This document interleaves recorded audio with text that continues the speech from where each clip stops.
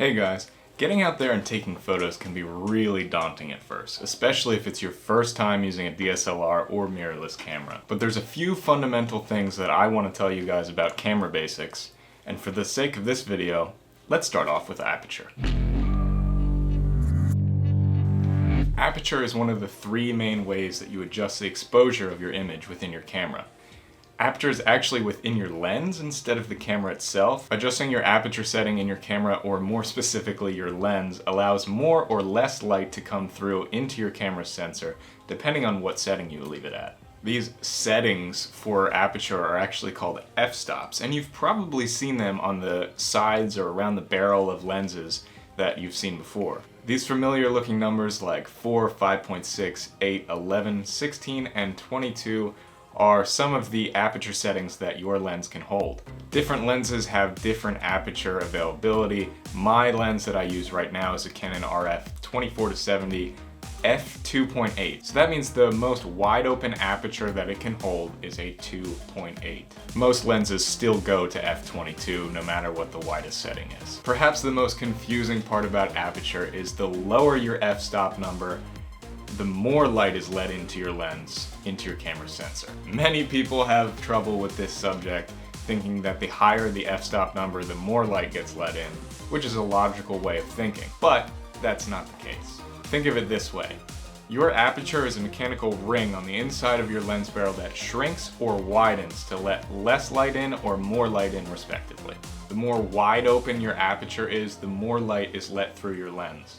If you close that down, only a little bit of light is coming through because the hole is so small. The smaller f-stop numbers represent wider apertures, and larger f-stop numbers represent more closed down and smaller apertures.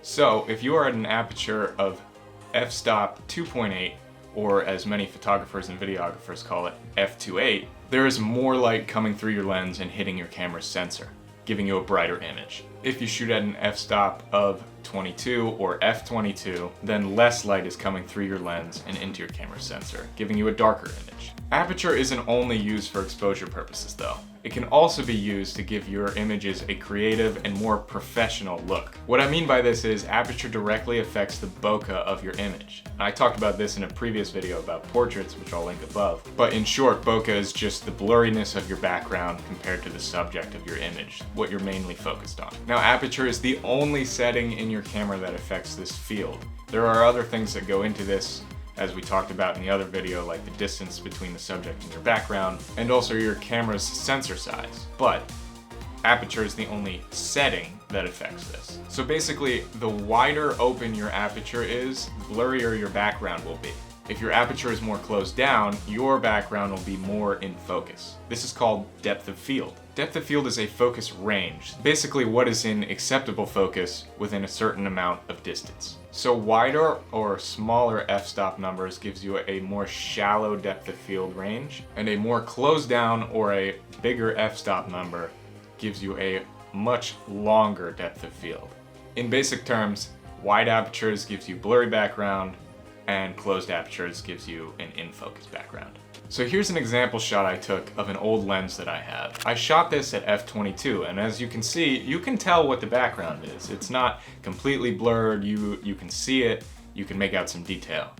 So if we take this shot and replace it with an exact replica shot at f2.8, you can see that the background becomes more blurry and the bokeh is just beautiful. It gives you a more professional look. Now, all of these concepts translate directly over to video. Aperture in video also affects your exposure, and it also affects the blurriness of your background. Fun fact, this is what made video and DSLR so popular, because before that, consumer grade video was shot on camcorders, which had very tiny sensors. This led to footage that had a very long depth of field. I mean, there was almost no blurry backgrounds with camcorders. But now, with video and DSLRs and mirrorless, you can use your lenses that have wide open apertures and a bigger sensor size to get that blurry background look. One more quick thing to note is that a lens with a really wide aperture setting like f2.8 or even f1.4, which is really wide, that kind of lens is called a fast lens. This is because it lets way more light in really quick because the aperture is very, very wide. So the lens that I'm using right now to shoot this video is considered a fast lens. So that's all there really is on the basics of aperture. I mean, the important thing now is to get out there and experiment with it to see how it changes your image, what feeling it gives you in comparison to having a much more closed down aperture. There's usually a setting on DSLRs and mirrorless cameras called aperture priority.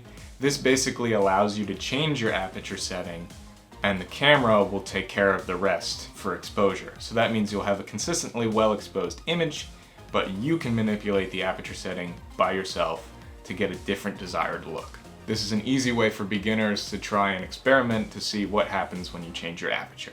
That's it for me on aperture, you guys. If you found this video helpful, like I hope you did, go ahead and drop a like down below and or a comment and let me know what you thought. If you want to see more from me, hit that subscribe button and you all have yourselves a great day.